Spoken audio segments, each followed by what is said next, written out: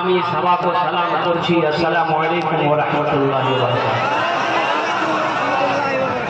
মাশাআল্লাহ আপনারা তো বাংলা ভাষা ভালো জানেন কিন্তু একটু রিকোয়েস্ট করব নিবেদন করব আপিল করব যদি আপনারা মানবেন বলবো না মানবেন বলবো না মানবেন তো যত লোক দাঁড়িয়ে আছেন একটু বসে যান ভালো হবে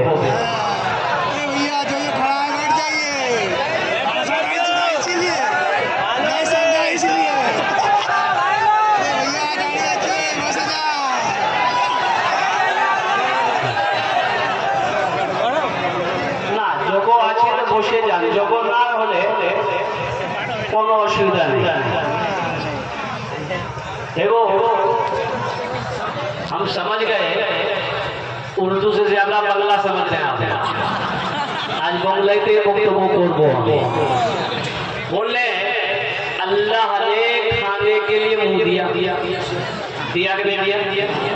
सुनने के लिए कान दिया दिया के नहीं दिया बोलो देखने के लिए आंख दिया खड़े होने के लिए पैर दिया तो अल्लाह बैठे कुछ नहीं दिल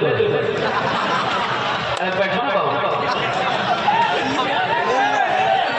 नहीं जगह है तो बैठो नहीं जगह तो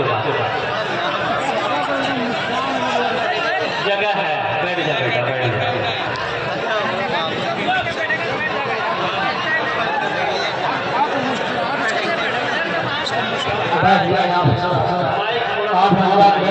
माइक आपका ठीक नहीं है